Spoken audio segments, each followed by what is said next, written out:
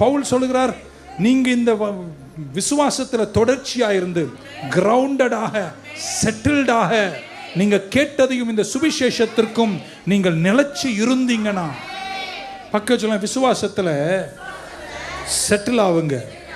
ரோமர் 4:20 ஆபிரகாமை குறித்து அப்போஸ்தலனாகிய பவுல் எழுதும்போது சொன்னார், அவர் வாக்குத்தத்தத்துக்கு முன்பாக அவிசுவாசத்தினால் செதறாமல் விசுவாசத்தில் அவர் நிலையாக உறுதியாக ஸ்ட்ராங்காக இருந்ததுனால அவர் கர்த்தருக்கு மகிமை கொடுத்தார். நான் இங்கிலீஷில் படிக்கிறேன், Abraham staggered not at the promise of God through unbelief but was strong in faith. எல்லாம் சொல்லுங்க, strong in faith. எல்லா பிரச்சனை தீர்ணமாங்க. இன்னொரு வாட்டி, எல்லா பிரச்சனை தீர்ணமாங்க. நீங்க எதுல செட்டில் ஆகணும்? விசுவாசத்தில் செட்டில் ஆகணும். அதில் செட்டில் ஆகிட்டு என்ன பண்ணுமா, கர்த்தருக்கு என்ன செய்யணுங்க? மகிமை கொடுக்கணுன்றார்.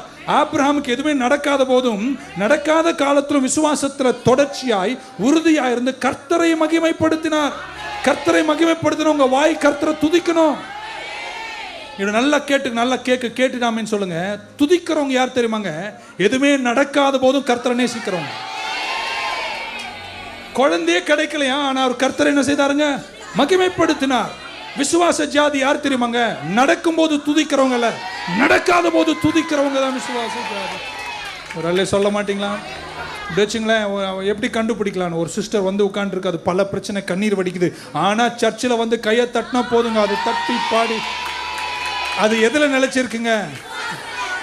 இன்னொன்று வந்து உட்காந்துட்டு உனங்கெல்லாம் வேற வேலையே இல்லைல்ல அப்படின்னு ஒரு மாதிரி நம்மளை பார்க்குறாங்கன்னா அது எதில் நிலைக்கல?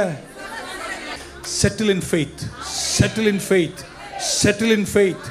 ஹல்லேலூயா. பாஸ்டர் உங்கள் விசுவாசம் எனக்கு கொஞ்சம் கொடுங்க. கிடைக்காது. எங்கள் அப்பா 23-40 வருஷம் ஊழியம் பண்ணார். அவர் விசுவாசத்தை எனக்கு கொடுத்துட்டு போலங்க. பைபிளை கொடுத்தாரு, கற்றுக் கொடுத்தாரு. என் விசுவாசத்தை நான் தான் வளர்த்துக்கணும். அப்பா விசுவாசம், அம்மா விசுவாசம், தங்கச்சி விசுவாசம் உனக்கு வராது. உன் விசுவாசத்தில் நிறைய பேர் அப்பா அம்மா விசுவாசத்தில் இருக்கீங்க, அது ரொம்ப நாள் நிலைக்காது. ஆனால் துன்பங்கள் வரும்போது நீங்கள் நிலைக்க வேண்டுமானால் அவர் விசுவாசத்தில், அண்ணன் விசுவாசத்தில், தங்கச்சி விசுவாசத்தில் நீங்கள் இருக்க முடியாது. நீங்கள் உங்கள் விசுவாசத்தில் என்ன செய்யணுங்க? நிலைக்க கற்றுக்கொள்ளுங்க. Be strong in faith, giving glory to the Lord. Hallelujah. பக்கத்தில் விசுவாசத்தில் மட்டும் நிலைச்சிட்டீங்கன்னா உயர்ந்து பறக்கலாம். ஆமென்.